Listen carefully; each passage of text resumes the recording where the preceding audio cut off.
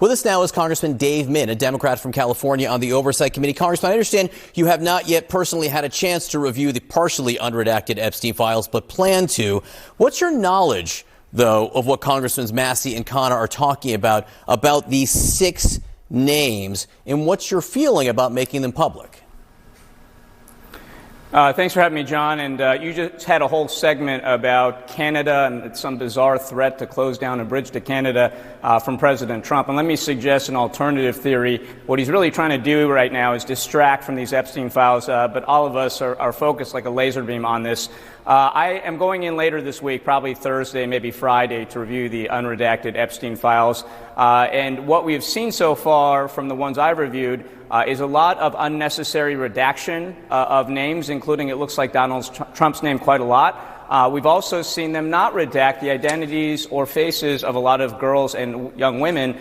So there's a real problem here. And the other problem is that 50% of the Epstein files have not been released to us. We don't have any good reason for that. I'll take Representative Massey on his word that he saw some documents, and that fits in with the larger narrative that they're covering this up. And I really want to go back to last year, because around this time last year, you had Kash Patel, Pam Bondi saying repeatedly that they would do everything in their power to release the Epstein files to get to the bottom of this sex trafficking ring. And yet, sometime in May, reportedly, Pam Bondi told President Trump he was in the Epstein files. That launched this whole cover-up. We saw them then deny that the Epstein files existed. Ghislaine Maxwell had a weird visit, a private visit from Deputy Attorney General Todd Blanche, who used to be Donald Trump's personal attorney.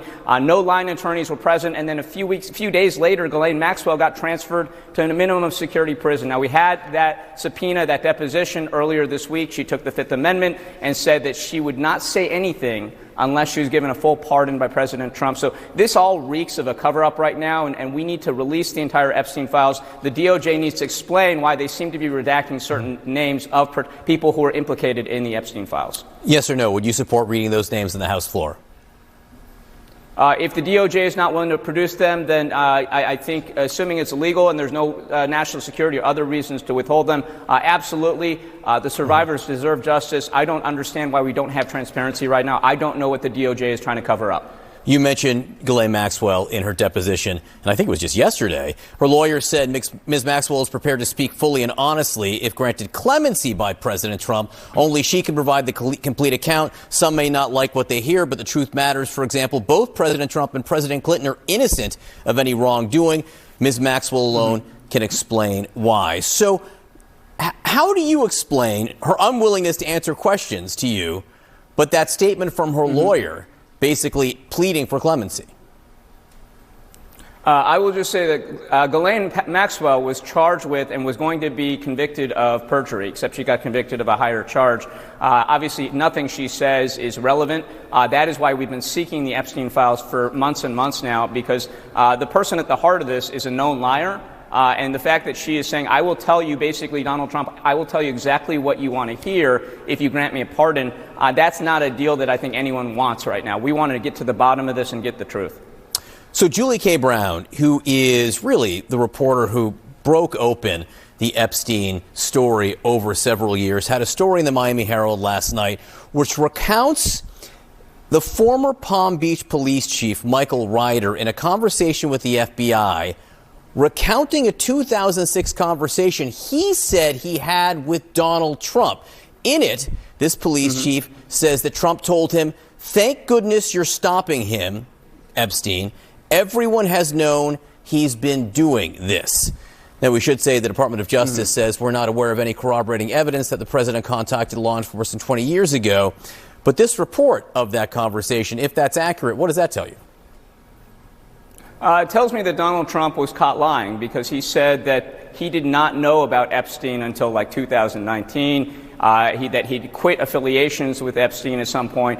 So the fact that as early as 2005 or 2006, Donald Trump clearly, apparently knew something about what was going on with Epstein, and that he was continuing to send girls from Mar-a-Lago to Epstein's employment, that tells us a lot about what Donald Trump knew and when, and I think that's a smoking gun, honestly.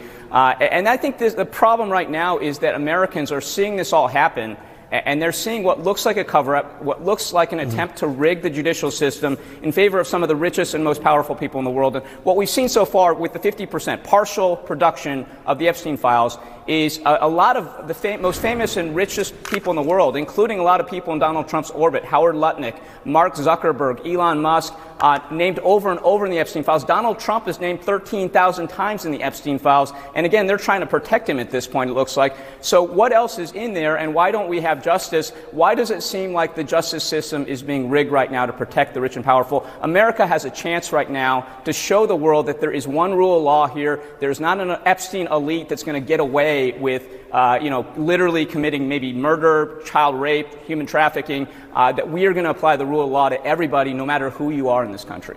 We'll see if the White House is asked directly about this report. I should note the White House has consistently said that Donald Trump believed at that time that Jeffrey Epstein was a creep. And they also said it was a hoax over and over and over, and that there were no Epstein files to be produced. Obviously, that is not true. So a lot of what the White House has said over the past year about Epstein is clearly lying.